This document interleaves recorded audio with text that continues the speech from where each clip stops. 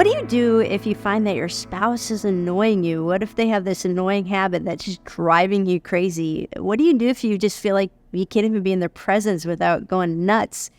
First of all, let me just say that for a lot of married couples, that's pretty normal. There are these chemicals in our brain and our bodies when we first fall in love or have a new relationship that make us not notice the things that could drive us crazy. It kind of gives us rose-colored glasses. And that can last anywhere from like 6 months to 18 months. And so early in a marriage or a relationship, when those things start to fade, you can start to notice things that you're like, man, I never realized this when we were dating. And so take a deep breath and realize that some of that is just the natural process of living with somebody 24/7 and seeing not always their good side, seeing their annoying habits or things that just don't mesh with you well. I think when that happens, another thing you want to do is you want to also pay attention to the positive things. We find what we're looking for.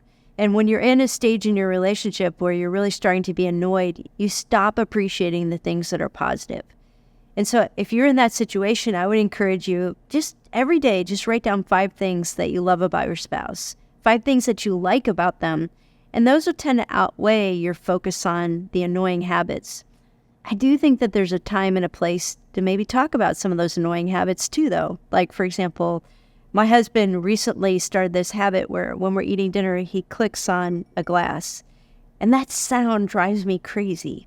And so I've gotten to the point where I told him, like, I really don't like that sound. Can you not do that? And he's like, oh, sure, I won't do that. And then when we're in conversation, he starts to do it again. And all I have to do is click on the glass. And he's like, oh, yeah, stop doing that. So I think sometimes we can have a natural conversation about it.